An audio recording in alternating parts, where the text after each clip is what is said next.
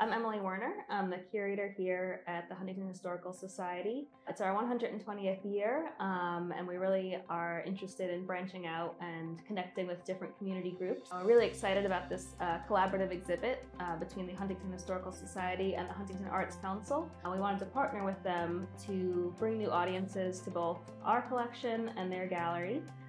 So we came up with this idea for a juried art show called Interpretive Sights, Art and Facts.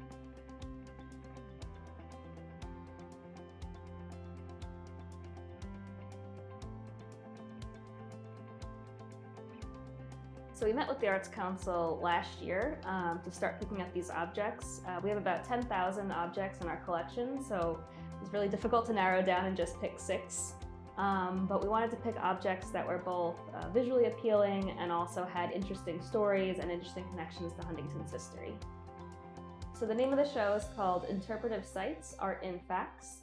And the idea was to kind of tie together art and history by using our historical objects as inspiration for new art to be created. We really wanted to bring our collection to a new audience and see how it's still relative today.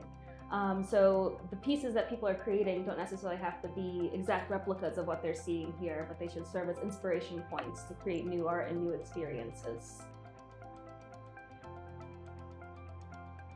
So the first piece we have is a collection of ephemera related to the blizzard of 1888, which struck Huntington and cities up and down the East Coast in March of 1888. So the main piece that we have on display here is a letter written by 11-year-old Margie Crossman while she was snowbound on her family's farm in Lloyd Harbor.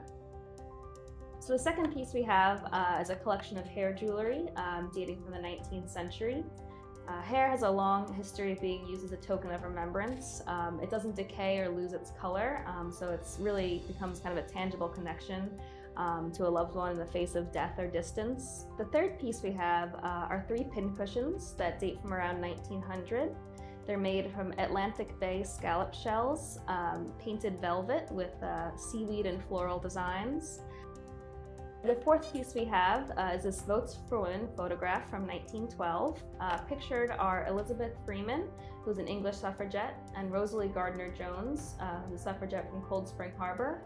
They're pictured here when they campaigned around Long Island for women's right to vote in the spring of 1912. So the fifth piece that we have is a lingerie dress, which dates to about circa 1904. Lingerie dresses are called that because they often use the same fabrics and decorations as women's undergarments of the time. The sixth piece that we have are a selection of 3 sketches by local artist Woodhull Young. They date from around the 1930s to the 1950s. Woodhull was kind of a big personality around town, and people would go to visit his studio in Hale Site, which was actually on the foundation of the house where he was born. And so they would come and sit to watch him paint and chat with him, and just as they were leaving, he would pull a sketch off the wall and give it to them as a gift to the departing guest. He signed these paintings with 3 little dots in triangular formation.